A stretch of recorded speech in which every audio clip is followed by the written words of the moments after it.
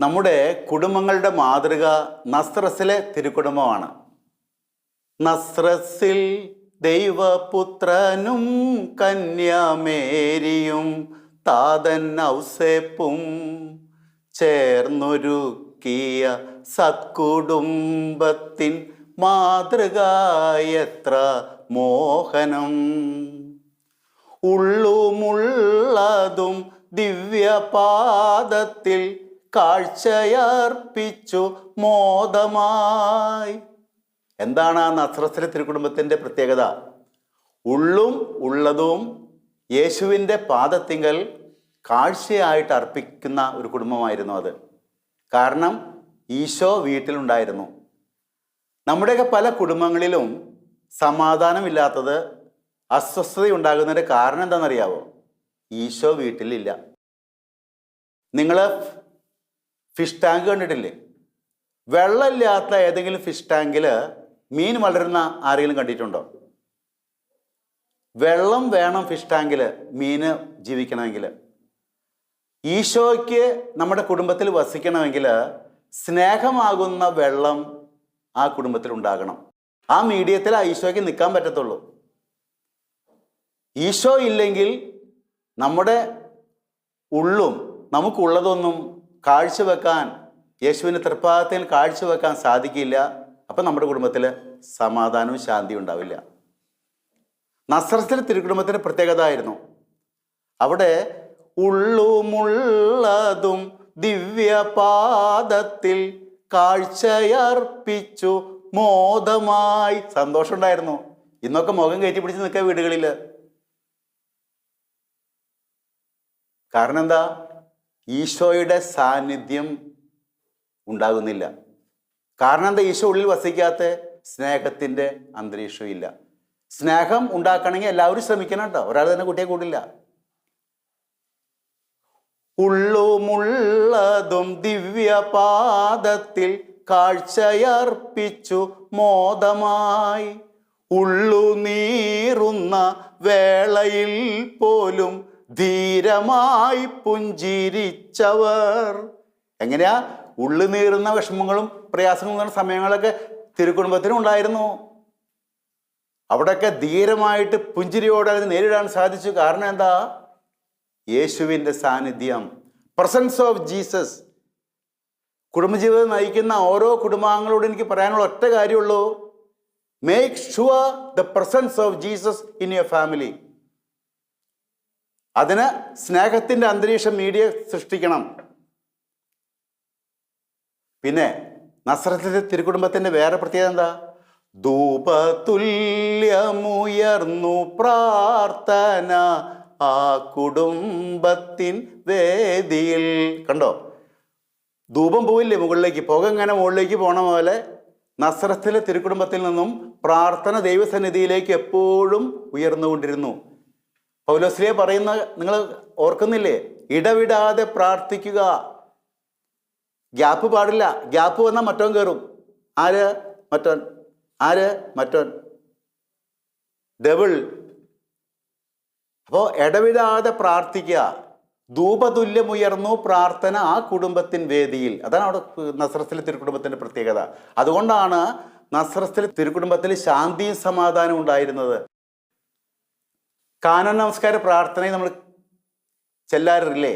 ശ്വാസോച്ഛ്വാസം പോലെയാണ് പ്രാർത്ഥന എന്ന്. ശരിയാ. ഇടവിടാതെ പ്രാർത്ഥിക്കണമെന്ന് പറയുമ്പോൾ ശ്വാസോച്ഛ്വാസം പോലെ, ബ്രീത്തിങ് പോലെ ആയിരിക്കണം പ്രെയർ. Always praying. ആരെങ്കിലും ബ്രീത്തിങ്ങിന് ബ്രേക്ക് ഇടുമോ? ഞാൻ ഇത്ര വർഷമായില്ലേ ശ്വസിച്ചുകൊണ്ടിരിക്കുന്നു, ഒരു 10 മിനിറ്റ് വിശ്രമിക്കട്ടെ എന്ന് പറഞ്ഞാൽ ആരെങ്കിലും ബ്രീത്തിങ്ങിന് ബ്രേക്ക് ഇട്ടോ? ബ്രേക്ക് ഇട്ടാൽ അവൻ്റെ അന്ത്യം അതാണ്. അപ്പം അതുകൊണ്ട് ഇടവിടാതെയുള്ള പ്രാർത്ഥന, അതാണ് നമുക്ക് നസ്രത്തിലെ തിരുക്കുടുംബം മാതൃക നൽകുക. നമ്മുടെ കുടുംബങ്ങളിലും ഈ പ്രാർത്ഥനയുടെ അന്തരീക്ഷം വരുമ്പോഴാണ് കുടുംബത്തിൽ ശാന്തി സമാധാനം ഉണ്ടാവുക. ഞാൻ പറയാ, ഓരോ കുടുംബവും ഒരു സ്വർഗമാണ്. അപ്പനും അമ്മയും മക്കളുമെല്ലാം ഒന്നിച്ചു വാഴുന്ന ഗേഹം, ഒന്നിച്ചു വാഴുന്ന ഗേഹം. ഈ ഗേഹമല്ലോ മണ്ണിലെ സ്വർഗം ഈശ്വരൻ വാഴുന്ന ഗേഹം, ഈശ്വരൻ വാഴുന്ന ഗേഹം. അപ്പനും അമ്മയും മക്കളുമെല്ലാം ഒന്നിച്ചു വാഴുന്ന ഗേഹം, ഒന്നിച്ചു വാഴുന്ന ഗേഹം. ഈ ഗേഹമല്ലോ മണ്ണിലെ സ്വർഗം, ഈശ്വരൻ വാഴുന്ന ഗേഹം, ഈശ്വരൻ വാഴുന്ന ഗേഹം. ഇനി ഈ വീടിൻ്റെ സ്വർഗമായിരിക്കേണ്ട ദൈവം വസിക്കുന്ന ഈ വീടിൻ്റെ പ്രത്യേകതകൾ എന്തൊക്കെയാണ്? അപ്പൻ വീടിനു മാർഗം, അമ്മ വീടിനു ദീപം. അപ്പൻ വീടിനു മാർഗം, അമ്മ വീടിനു ദീപം. അപ്പനും അമ്മയും പകലന്തിയോളം വേലകൾ ചെയ്യുന്നതാർക്കു വേണ്ടി?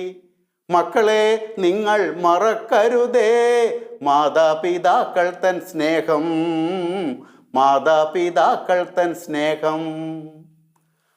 അപ്പൻ വീടിന് മാർഗമായിരിക്കണം. ആ മാർഗം പിതാവെന്ന് സ്നേഹത്തോടെ സൂചിപ്പിച്ചോട്ടെ. ഇങ്ങനെയുള്ള മാർഗമാവരുത്. മദ്യപിക്കരുത് കുടുംബനാഥന്മാരും കുടുംബനാഥയും കുടുംബാംഗങ്ങൾ.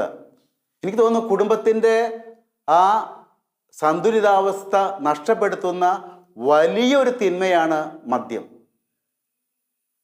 ഞാൻ പറയും, രണ്ടാലൊന്ന് കഴിക്കാവൂ. ഒന്നില്ലെങ്കിൽ മദ്യം അല്ലെങ്കിൽ വിവാഹം, രണ്ടും കൂടി കഴിക്കരുത്. പല കുടുംബങ്ങളും കാണുമ്പോഴുള്ള വിഷമം കൊണ്ടാണ് ഇതൊക്കെ പറയുന്നത്. നമ്മൾ ഒരു കുടുംബജീവിതത്തിന് ഉത്തരവാദിത്തം ഏറ്റെടുക്കാൻ തീരുമാനം എടുക്കുന്നുണ്ടെങ്കിൽ കുറച്ച് ത്യാഗം അത് ആവശ്യപ്പെടുന്നുണ്ട്. ഏത് ജീവിതാന്തസ്സിനും ഉണ്ട്. പിതാവെ ഇടയ്ക്ക് കുറച്ചൊക്കെ ആയതുകൊണ്ട് എന്താ കുഴപ്പം? ഫുൾ സ്റ്റോപ്പ് ഇടാണ്ട് ഈ സാധനം നിൽക്കില്ല. എൻ്റെ ബോധ്യമാണ്. ഞാൻ കുറേ നാളായി, ഞാൻ വീടുകൾ കയറിറങ്ങുന്ന ആളാണ്. അച്ഛനായിരുന്നപ്പോഴും മെത്രാനായിരുന്നപ്പോഴും അങ്ങനെ തന്നെയാണ്. എനിക്ക് വ്യത്യാസമില്ല. വീടുകളുടെ ഉള്ളിൽ എനിക്കറിയാം. ഫുൾ സ്റ്റോപ്പ് ഇടാണ്ട് ഈ മദ്യാസക്തിയിൽ നിന്ന് രക്ഷപ്പെടാൻ പറ്റില്ല. കോമിട്ട പോയിക്കൊണ്ടേയിരിക്കും. ഇടയ്ക്ക് കുറച്ച്, പിന്നെ കൂടി കൂടി കൂടി കൂടി കൈവിട്ടു പോകും. ഓരോ വീടുകളുടെ ഉള്ളിൽ മക്കളൊക്കെ പകച്ച് നിൽക്കുകയാണ്. എന്തിനായി ഇങ്ങനെയുള്ള ജീവിതാന്തസ്ത് സ്വീകരിക്കാൻ പോയത്? ഞാൻ ചോദിക്കുകയാണ് സ്നേഹത്തോടു കൂടി. ഇത് പറഞ്ഞാൽ ചിലർക്കൊന്നും എന്നെ ഇഷ്ടാവില്ല. ദേഷ്യം, ഇത് എന്ത് പിതാവാണ്, ഇത് എവിടെ നിന്ന് വന്നിരിക്കുന്നതാണ്, ഏത് കാലത്ത് ഏത് നൂറ്റാണ്ടിൽ ജീവിക്കേണ്ടതാണെന്നൊക്കെ പറയും. ഒരു മടിയില്ലെന്ന്. നിങ്ങൾ എന്ത് വിചാരിച്ചാലും കുഴപ്പമില്ല. മദ്യം എന്നൊരു സാധനം വീട്ടിൽ കയറിയിട്ടുണ്ടെങ്കിൽ ആ കുടുംബം തകരുന്നുള്ളത് എൻ്റെ അനുഭവം. ഞാൻ കണ്ട കുടുംബങ്ങളിലൊക്കെ കണ്ടിരിക്കുന്നൊരു കാഴ്ചയാണ്. അപ്പം അതുകൊണ്ട് മദ്യത്തോട് വിട പറയണം. പിതാവ് വീണ്ടും സ്ട്രോങ് ആയിട്ട് സ്നേഹത്തോടെ അഭ്യർത്ഥിക്കുകയാണ്. വിചാരിച്ചാൽ നടക്കാത്ത കാര്യമൊന്നുമില്ല. അപ്പം നമ്മുടെ അപ്പൻ വീടിന് മാർഗമായിരിക്കണം, മക്കൾക്ക് മോഡലായിരിക്കണം അപ്പൻ. ഒരു മദ്യപിക്കുന്ന അപ്പൻ എന്ത് മോഡലാ കാണിക്കുന്നത്? അമ്മ വീടിനു ദീപം, വിളക്കായിരിക്കണം ഒരമ്മ. അപ്പൻ വീടിനു മാർഗം, അമ്മ വീടിനു ദീപം. ഈ മദ്യം കൂടുമ്പോൾ, സ്നേഹത്തിൻ്റെ അന്തരീക്ഷം തകരുമ്പോഴൊക്കെയാണ് ദീപമായിരിക്കേണ്ട അമ്മ ചിലപ്പോൾ പന്തമായിട്ട് മാറുന്നത്. ഞാൻ ഈ കൂട്ടി പറയണ്ടല്ലോ. തീ കത്തുന്നതേ ആത്മഹത്യ. എന്തോരം എതിർസാക്ഷിയാണ് നമ്മുടെ ക്രൈസ്തവ കുടുംബങ്ങൾ ചിലയിടത്തെങ്കിലും കൊടുക്കുന്നത്. സ്നേഹത്തിൻ്റെ അന്തരീക്ഷം സംജാതമാക്കിക്കൊണ്ട് അപ്പൻ മാർഗമായ, അപ്പൻ മക്കൾക്ക് മോഡലായ വ്യക്തിയായി തീരുക. അമ്മ കുടുംബത്തിന് പ്രകാശമായി മാറണം. അപ്പൻ വീടിനു മാർഗം, അമ്മ വീടിനു ദീപം. അപ്പനും അമ്മയും പകലന്തിയോളം വേലകൾ ചെയ്യുന്നതാർക്കു വേണ്ടി? മക്കളെ നിങ്ങൾ മറക്കരുതേ മാതാപിതാക്കൾ തൻ സ്നേഹം. ഇപ്പോഴത്തെ വേറെ പ്രശ്നമാണ്. ഏത് പിള്ളേരെ വിളിച്ച് സംസാരിച്ചു നോക്കിയ, അപ്പനെന്നോട് സ്നേഹമില്ല, അമ്മയ്ക്ക് എന്നോട് സ്നേഹമില്ല. ഭയങ്കര സ്നേഹമാണ് സത്യത്തിൽ. ആ പിള്ളേർക്ക് തോന്നുന്നില്ല. എന്താ ചെയ്യുക? എനിക്കറിയില്ല അതിനെന്താ മാർഗം എന്ന്. മക്കളെ, നിങ്ങൾക്ക് വേണ്ടി എന്തുമാത്രം കഷ്ടപ്പെടുന്ന മാതാപിതാക്കൾ, നിങ്ങളവരെ സ്നേഹിക്കുക. നിങ്ങളത് കാണാൻ നിങ്ങളുടെ കണ്ണ് തുറക്ക്. കൂട്ടുകാരികൾ പറയുന്നത് കേട്ട് അപ്പന് സ്നേഹമില്ല, അമ്മയ്ക്ക് സ്നേഹമില്ല എന്ന് പറഞ്ഞ് നടക്കാതെ അവർക്ക് വേണ്ടി പ്രാർത്ഥിക്കുക. മാതാപിതാക്കളെ സ്നേഹിക്കുക, ബഹുമാനിക്കുക. ഇനി ചില വീടുകളിൽ അപ്പനും അമ്മയ്ക്കും വാശി, അപ്പനും മക്കൾക്കും വാശി, അയ്യോ ഇതെന്തൊരു വാശി, ഗേഹം തകർക്കുന്ന വാശി, ഗേഹം തകർക്കുന്ന വാശി, വാശിയും വൈരവും എല്ലാം വെടിഞ്ഞ് യേശുവിൽ ഒന്നായി ചേരാം, യേശുവിൽ ഒന്നായി തീരാം. അതിനാണ് ക്രൈസ്തവ കുടുംബങ്ങൾ ശ്രമിക്കേണ്ടത്. വാശിയും വൈരാഗ്യമൊക്കെ വിടുക, പകപോക്കലല്ല. സ്നേഹത്തിലേക്ക് ഒരുമിച്ച് നടന്നെടുത്ത് യേശുവിൽ ഒന്നായി തീരണം, ചേരണം. അതിനാണ് കുടുംബജീവിതം. അപ്പോഴാണ് കുടുംബം സ്വർഗമാവുക. ഇനിയും ചിലപ്പോൾ യുവതി യുവാക്കൾ, ഞാൻ പലരോടും സംസാരിക്കാറുണ്ട്, ഞങ്ങൾക്ക് ഇത്രയും പ്രായമായി, വീട്ടിലെ കാര്യങ്ങൾ തീരുമാനിക്കുമ്പോൾ ഞങ്ങളോടൊന്നും ആലോചിക്കുന്നില്ല. പ്രിയ മാതാപിതാക്കളെ, പിള്ളേരൊക്കെ വലുതായി വരുമ്പോൾ അവരോട് ആലോചിക്കുക. ഞാനാണ് അപ്പൻ, ഞാനാണ് കുടുംബനാഥൻ. ഈ ഈഗോ ഒക്കെ കളയേ.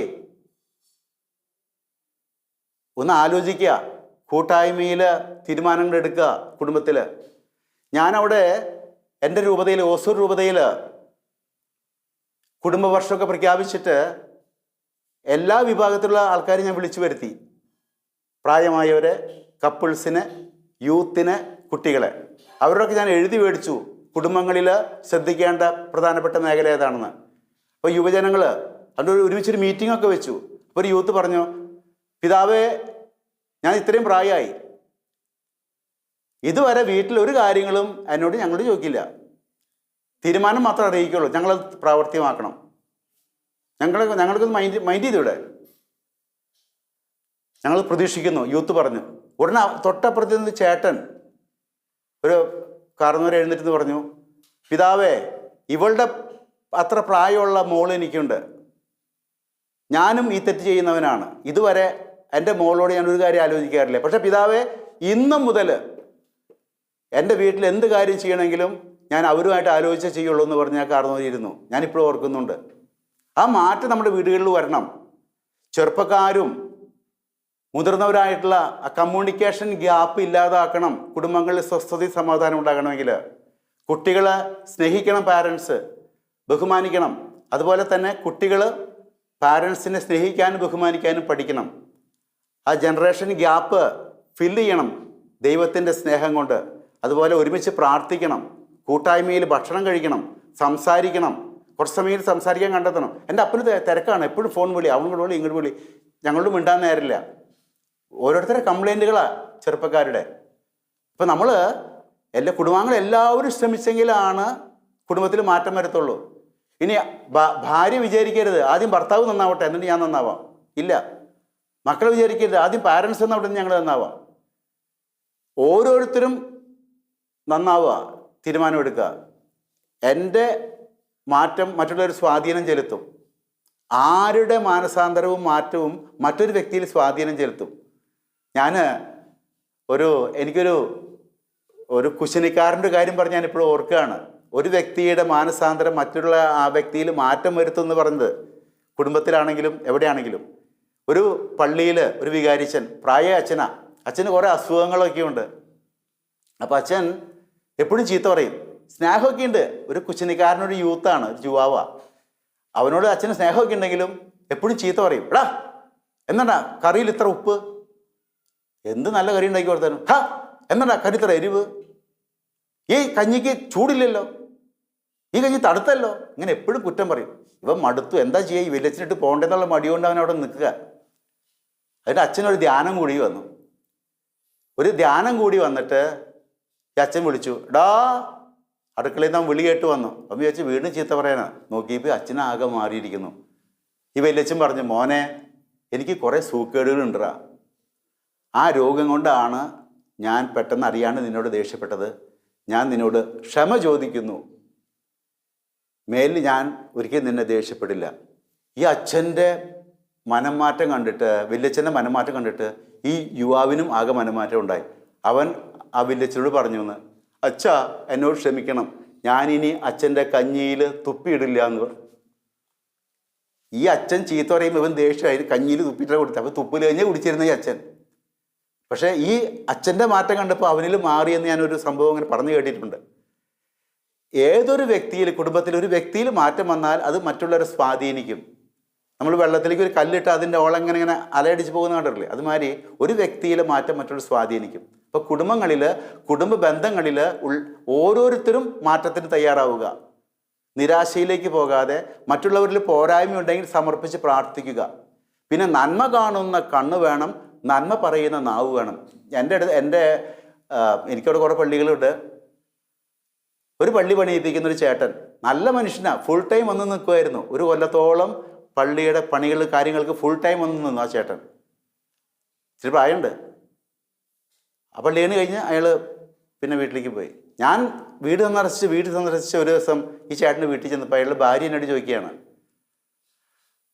ഇനി വേറെ എവിടെയെങ്കിലും പള്ളി പണിയാനുണ്ടോ? കാരണം എന്താണെന്നറിയാവോ? ഈ മനുഷ്യന് നല്ല മനുഷ്യനാണ്, ശുദ്ധ മനുഷ്യനാണ്. പക്ഷെ ഇയാൾക്ക് ഒരു ദൂഷ്യം മാത്രമേ ഉള്ളൂ, എപ്പോഴും കുറ്റം പറഞ്ഞുകൊണ്ടിരിക്കും. എന്താണ് ചൂലോടെ ഇട്ടിരിക്കുന്നത്? എന്തീ കസേര അങ്ങോട്ട് തിരിച്ചിട്ടിരിക്കുന്നത്? എന്താ ഇവിടെ പൊടി? ഇങ്ങനെ പറഞ്ഞുകൊണ്ടിരിക്കും.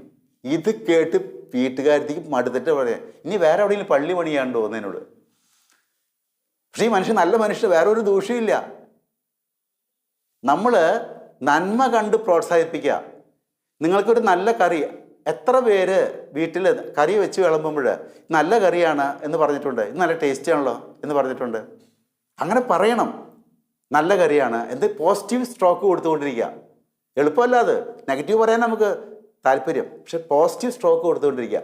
ഞാനിതിങ്ങനെ ആൾക്കാരോട് പറയാറുണ്ട്, എൻ്റെ രൂപതയിലെ കുടുംബാംഗങ്ങളോടൊക്കെ.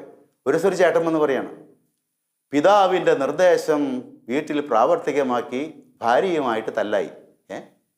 എനിക്ക് മനസ്സിലാവുന്നില്ല, എന്ത് ഭാര്യയായിട്ട് തല്ലാവുമെന്ന്. ഞാനീ പറഞ്ഞ കാര്യം, പിതാവ് പറഞ്ഞില്ലേ നല്ല കറിയാന്ന് പറയണമെന്ന്. ഞാനൊരു ദിവസം അവൾ കറി കൊണ്ടുവച്ചപ്പോൾ ഞാൻ പറഞ്ഞു, ഇന്നത്തെ കറി നന്നായിട്ടുണ്ടെന്ന് പറഞ്ഞു. ഉടനെ അവൾ പറഞ്ഞു, ചേട്ടനറിയിലും എൻ്റെ കറി ഇഷ്ടാവില്ല, ഇന്ന് ഞാൻ വയ്യാത്തതുകൊണ്ട് ഞാൻ അടുത്ത വീട്ടിൽ നിന്ന് കറി മേടിച്ചിട്ട് വന്നാൽ ഇന്ന് മാത്രം കറി നന്നായി, വല്ലവരുടെ വീട്ടിലെ കറി ചേട്ടന് ഇഷ്ടാവുള്ളൂ എന്ന് പറഞ്ഞ് തട്ടിക്കയറി ആകെ പ്രശ്നമായി എന്ന് പറഞ്ഞു. നമ്മൾ ഒരിക്കലല്ല, എപ്പോഴും പോസിറ്റീവ് സ്ട്രോക്സ് കൊടുത്തുകൊണ്ടിരിക്കണം. ഞാൻ അങ്ങനെ ചെയ്യാറുണ്ട്. എന്നൊരു വീട് വെഞ്ചിരിപ്പിന് വിളിച്ചു. ഞാനവിടെ ചെന്ന് ആ വീട്ടിലെ അമ്മച്ചി മസാല ദോശയും കുറച്ച് ചട്നിയൊക്കെ തന്നല്ല. ഞാൻ കഴിച്ചിട്ട് പറഞ്ഞു, ചേച്ചി നല്ല ടേസ്റ്റി ആയിരിക്കുന്നു എന്ന് പറഞ്ഞു. അപ്പോൾ ചേച്ചി എന്നോട് പറഞ്ഞു, ഹോട്ടലിൽ നിന്ന് മേടിച്ചതാണ്. പക്ഷെ എൻ്റെ ഇൻറ്റൻഷൻ ക്ലിയറാണ്, ചേച്ചി ഉണ്ടാക്കിയതല്ലായിരുന്നു, ഹോട്ടലിൽ നിന്ന് കൊണ്ടുവന്നായിരുന്നു, എനിക്കറിയില്ലായിരുന്നു. എങ്കിലും എൻ്റെ ഇൻറ്റൻഷൻ ക്ലിയറാണ്. എപ്പോഴും പോസിറ്റീവായിട്ട് കാണുക, പറയുക. നമ്മുടെ കുടുംബങ്ങൾക്കൊക്കെ മാറ്റം വരും. പ്രാർത്ഥിക്കുക, ഇത് മാത്രം മതി. പിന്നെ കുറ്റം പറയാതിരിക്കുക, അതാണ് എനിക്ക് നിങ്ങൾ എത്ര മുഖത്ത് ക്യൂടെക്സ് അല്ല, മുഖത്തിടുന്ന സാധനമൊക്കെ ഉണ്ടല്ലോ, അതൊക്കെ ഇട്ട് ഭംഗിപ്പെടുത്തിയാലും കുറ്റം പറഞ്ഞാൽ നിങ്ങളുടെ അഴക് മുഴുവൻ പോയി അഴുക്കായി. കുറ്റം പറയുന്ന ഒരാൾക്കും ഇഷ്ടമല്ല. ഇപ്പം നിങ്ങൾ വന്ന് എൻ്റെ അടുത്തൊന്നൊരു കുറ്റം പറയാതിരിക്കും വേറെ ആളുടെ. ഞാനൊന്നും മുണ്ടിൽ ചിരിച്ചൊക്കെ നിൽക്കുമായിരിക്കും, പക്ഷെ എൻ്റെ ഉള്ളിൽ ഞാൻ നിങ്ങളെ വിലയിരുത്തണം. അവരെല്ലാം വിലയിരുത്തണേ, പിന്നെ ആൾ പെശകാണല്ലോ, ഇവിടെ ആൾ പെശകാണല്ലോ, ഞാൻ ഉള്ളി കാണും. എല്ലാവരും അങ്ങനെയാണ്. ഞാനൊരു പള്ളിയിൽ ഇരുന്നപ്പോൾ ഞാൻ എന്ത് ചെയ്യുന്നറിയാമോ, ഒരു ബോർഡിൽ ഇങ്ങനെ ടൈപ്പ് ചെയ്ത് വെച്ചു, മറ്റുള്ളവരുടെ കുറ്റം പറയരുത്. ആ ബോർഡ് ഇങ്ങനെ കമത്തി വയ്ക്കും. അപ്പോൾ പള്ളിയിലെ ഇടവകയിലിരിക്കുമ്പോൾ ഒരു ചേച്ചി വന്നിരുന്നു, മരുമോളുടെ കുറ്റങ്ങൾ ഇങ്ങനെ പറഞ്ഞു തുടങ്ങി. അപ്പോൾ ഞാൻ പതുക്കെ ഒന്നും പറഞ്ഞു, ഈ ബോർഡ് ഇങ്ങനെ എടുത്ത് ഉയർത്തി ഇങ്ങനെ കാണിച്ചു, കുറ്റം പറയരുത്. ഉടനെ ഇപ്പോഴും ആ ചേച്ചിക്ക് എന്നോട് വിഷമമുണ്ട്. കൊല്ലങ്ങൾ 15 കൊല്ലം കഴിഞ്ഞു. എന്നെ കാണുമ്പോൾ ഇപ്പോഴും അന്ന് ഞാൻ ഈ ബോർഡ് പൊക്കി കാണിച്ച ചേച്ചിക്ക് ഭയങ്കര മുറിവായി. കുറ്റം പറയുന്നത് മുറിവായില്ല, ഞാൻ ഈ ബോർഡ് കാണിച്ചത് മുറിവായി. എന്നെ കണ്ടപ്പോൾ പിന്നെയും പറഞ്ഞു, എന്നെ അന്ന് അങ്ങനെ എന്നെ ശരിക്കും ചങ്കിൽ കുത്തണ മാതിരിയ ചെയ്തെന്നൊക്കെ പറഞ്ഞുകൊണ്ട്. പിന്നെ ഞാനത് മാറ്റി, ഒരു മരത്തിൻ്റെ കട്ട വയ്ക്കും. എന്നിട്ട് ആരെങ്കിലും ഈ പള്ളിയിൽ പള്ളിമുറിൽ കാണാൻ വരുന്നത് കുറേ പേരെങ്കിലും കുറ്റം പറയാനോ വരണം മറ്റുള്ളവരുടെ. കുറേ പേര് നല്ല ആൾക്കാരുണ്ട്, കുറച്ച് പേരെങ്കിലും കുറ്റം പറച്ചിലുകാരുണ്ട്. അവർ വന്നാൽ പോവില്ല, അതാണ് ശല്യം. പറഞ്ഞുകൊണ്ടേയിരിക്കാം, അവളുടെ കുറ്റം, അവൻ്റെ കുറ്റം, ഇവൻ്റെ കുറ്റം പറഞ്ഞുകൊണ്ടേയിരിക്കും. അപ്പോൾ ഞാൻ ചെറിയ മരക്കട്ട വെച്ചിട്ട് മരക്കട്ട ഇങ്ങനെ പൊക്കി പിടിക്കും. മറ്റേ ബോർഡ് മാറ്റി, ആ ചേച്ചിക്ക് വൂണ്ടായിട്ടായപ്പോൾ മരക്കട്ട എന്തിനാ കാണിക്കണമെന്ന് അറിയാവോ? കർത്താവ് ചോദിക്കുന്നില്ലേ, നിന്റെ കണ്ണിലെ തടി കഷ്ണം കാണാതെ മറ്റുള്ളവൻ്റെ കണ്ണിലെ കരടെടുത്ത് കളയാൻ പോവുകയാണോ നീ ചോദിക്കുന്നൊരു ചോദ്യമില്ലേ? അത് ഓർക്കാൻ വേണ്ടിയിട്ടാണ്. ചിലർ ഓർക്കും ചെറുക്കും പിതാവ് മരക്കട്ട പൊക്കി പിടിച്ചേക്കണമെന്ന് വിചാരിച്ച് പോവുകയും ചെയ്യും. എന്തായാലും മറക്കരുത്, കുറ്റം പറയരുത്. നമ്മുടെ കുടുംബത്തിൽ കുറ്റം പറയാതെ നിന്നാൽ പകുതി പ്രശ്നം തീരും. ആരും കുറ്റം പറയണ്ട, പോസിറ്റീവ്സ് മാത്രം പറയാം. പിന്നെ പരസ്പരം അംഗീകരിക്കുക. പിന്നെ ഞാനിവിടെ യൂത്തിനൊക്കെ വിളിച്ചു കൂട്ടിയിട്ട് കല്യാണത്തിന് മുമ്പ് യുവജനങ്ങളെ വിളിച്ചു കൂട്ടി കുടുംബജീവിതം നന്നാക്കാൻ എന്ത് ചെയ്യണം എന്ന് ചോദിച്ചപ്പോൾ നിങ്ങളുടെ അഭിപ്രായം ഏറ്റവും കൂടുതൽ ഊന്നൽ കൊടുക്കേണ്ട ഒരു കാര്യം എന്താണെന്ന് ചോദിച്ചു. അപ്പോൾ എന്താ പറഞ്ഞതെന്നറിയാവോ ആ യുവജനങ്ങൾ? ആണും പെണ്ണും ഒക്കെ അടക്കം പറഞ്ഞത് ഒറ്റ വാക്കിൽ പറഞ്ഞു, ദേഷ്യം വെടിയണം. എനിക്കൊരു അത്ഭുതമായി. കുടുംബജീവിതം നേരെ ആവണമെങ്കിൽ ഇന്ന് ദേഷ്യം വെടിയണമെന്ന്. ഞാൻ വീടുകളിൽ എപ്പോഴും താമസിക്കാത്തതുകൊണ്ട് എനിക്ക് അന്തരീക്ഷം അറിയത്തില്ല. കാര്യം എനിക്ക് മനസ്സിലായി. മൂക്കത്തെ അരിശം അങ്ങോട്ടും ഇങ്ങോട്ടും. ദേഷ്യം വെടിഞ്ഞ സ്നേഹത്തോടെ പെരുമാറാൻ കഴിഞ്ഞാൽ തീർച്ചയായിട്ടും കുടുംബങ്ങളിൽ ശാന്തിയും സമാധാനവും ഉണ്ടാവും. വീടുകളിൽ കയറിറങ്ങുമെന്ന് എല്ലാവരും പറയുന്നൊരു കാര്യമുണ്ട്, നിമ്മതി ഇല്ല അച്ചോ. നിമ്മതി, തമിഴിൽ നിമ്മതി എന്ന് പറഞ്ഞാൽ സമാധാനം എന്നാണ്. സമാധാനം ഇല്ല, ആർക്കും സമാധാനം ഇല്ല. അങ്ങനെ സമാധാനം ഉണ്ടാക്കുക? സമാധാനം ഉണ്ടാക്കിയാലേ ഉണ്ടാവുള്ളൂ. അപ്പം അതുകൊണ്ട് ദൈവം നൽകിയിട്ടുള്ള, ദൈവം യോജിപ്പിച്ചത് മനുഷ്യൻ വേർപ്പെടുത്താതിരിക്കട്ടെ എന്ന് പറയുന്ന ആ തിരുവചനം പ്രത്യേകമായിട്ട് ഓർക്കാം. വേർപ്പെടാതിരിക്കണമെങ്കിൽ ഒത്തിരിയേറെ ശ്രമകരമായ പരിശ്രമം നമ്മുടെ ഭാഗത്ത് ഉണ്ടാകണം. കുറ്റം പറയരുത്, പരസ്പരം അംഗീകരിക്കണം, സ്നേഹിക്കണം, കുറച്ച് സംസാരിക്കാനായിട്ട് സമയം കണ്ടെത്തണം, ഒരുമിച്ച് ഭക്ഷണം കഴിക്കാനുണ്ടോ. ഞാൻ എൻ്റെ രൂപത്തിൽ എല്ലാവരോടും പറഞ്ഞു, ഒരു നേരമെങ്കിലും നിങ്ങൾ ഒരുമിച്ച് ഭക്ഷണം കഴിക്കാൻ ശ്രമിക്കണം. കാര്യം ജോലിക്കാരൊക്കെ ആവും. അതിന് പ്രത്യേകതയുണ്ട്. ഡൈനിങ് ടേബിളിന് ഒരു പ്രത്യേകത. അവിടെ വാഗ്വാദങ്ങളല്ല, വിവാദങ്ങൾ സൃഷ്ടിക്കുകയല്ല വിവാഹത്തിൽ വേണ്ടത്. സ്നേഹത്തോടുള്ള സംഭാഷണങ്ങൾ, പ്രോത്സാഹന വാക്കുകൾ. അങ്ങനെ ഈശോ വിഭാവനം ചെയ്യുന്ന അപ്പനും അമ്മയും മക്കളുമെല്ലാം ഒന്നിച്ചു വാഴുന്ന ഗേഹം, ഒന്നിച്ചു വാഴുന്ന ഗേഹം, ഈ ഗേഹമല്ലോ മണ്ണിലെ സ്വർഗം, ഈശ്വരൻ വാഴുന്ന ഗേഹം, ഈശ്വരൻ വാഴുന്ന ഗേഹം. അങ്ങനൊരു ഗേഹമാക്കി നമ്മുടെ എല്ലാ കുടുംബങ്ങളും തീർക്കാൻ ദൈവം അനുഗ്രഹിക്കട്ടെ എന്ന് പ്രാർത്ഥിക്കുന്നു. ദൈവം നമ്മെ സമൃദ്ധമായിട്ട് അനുഗ്രഹിക്കട്ടെ.